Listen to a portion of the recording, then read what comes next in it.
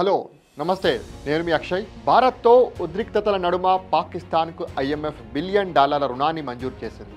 అయితే ఈ రుణ మంజూరును భారత్ వ్యతిరేకించింది. పాక్ ఐఎంఎఫ్ రుణాలను దుర్వినియోగం చేస్తుందని, ఆర్థిక సంస్కరణలు చేపట్టడం లేదని భారత్ ఆరోపించింది. గతంలో పాకిస్తాన్ అనేక సార్లు ఐఎంఎఫ్ నుంచి సహాయం పొందిందని గుర్తు చేసింది. దీంతో బోర్డు ఓటింగ్ సమయంలో భారత్ తటస్థంగా వ్యవహరించకుండా ఓటింగ్నే బహిష్కరించింది.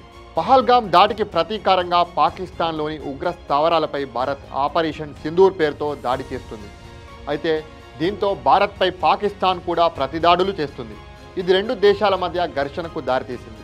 భారత్తో ఉద్రిక్తతలు కొనసాగుతున్నటువంటి వేళ పాకిస్తాన్కు అంతర్జాతీయ ద్రవ్య నిధి నుంచి ఐఎంఎఫ్ నుంచి భారీ ఊరట లభించింది.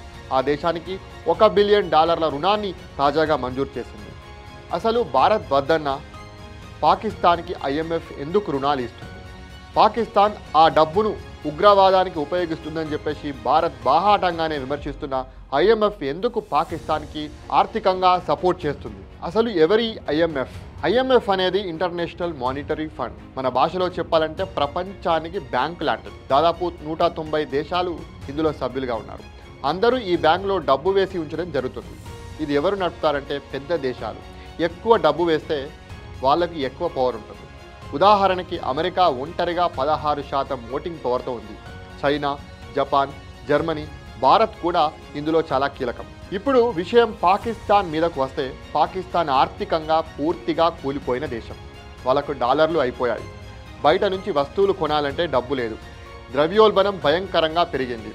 దేశం దివాలా కొట్టే పరిస్థితికి వచ్చింది. భారత్ అప్పటికే చాలా క్లారిటీగా చెప్పింది, పాకిస్తాన్కి డబ్బు ఇవ్వద్దు. ఎందుకంటే పాకిస్తాన్ ఆ డబ్బు తీసుకొని తమ ఆర్మీ ఖర్చులకు, టెర్రరిస్టు నెట్వర్క్కు మళ్లించవచ్చు, భారతదేశంపై మళ్ళీ కుట్రలు చేయవచ్చని ఎన్నోసార్లు ఐఎంఎఫ్కు చెప్పింది. కానీ ఐఎంఎఫ్ వాళ్ళు ఒకే మాట చెప్పారు, మేము రాజకీయాలు చూడం, ఆర్థిక అవసరం మాత్రమే చూస్తాం. పాకిస్తాన్ ఆర్థిక పరిస్థితి బాగాలేదు, రిఫార్మ్స్ ఒప్పుకున్నది కాబట్టి మేము డబ్బు ఇవ్వాలి, ఇది మా విధానం అని క్లియర్గా భారత్కి ఐఎంఎఫ్ చెప్పడం జరిగింది. ఇక్కడ ఇంత సింపుల్గా చెప్పాలంటే ఐఎంఎఫ్ డబ్బు ఎవరిదైనా కావచ్చు, కానీ వాళ్ళ నిబంధనలు ఫాలో అయితే ఎవరికైనా ఇవ్వచ్చు. భారత్ అభ్యంతరం పెట్టినా అది పెద్దగా పనిచేయదు. ఇంకా ఒక ముఖ్యమైన విషయం ఏంటంటే ఐఎంఎఫ్ డబ్బు అనేది ఉచితంగా ఇవ్వరు, గట్టి షరతులు పెడతారు.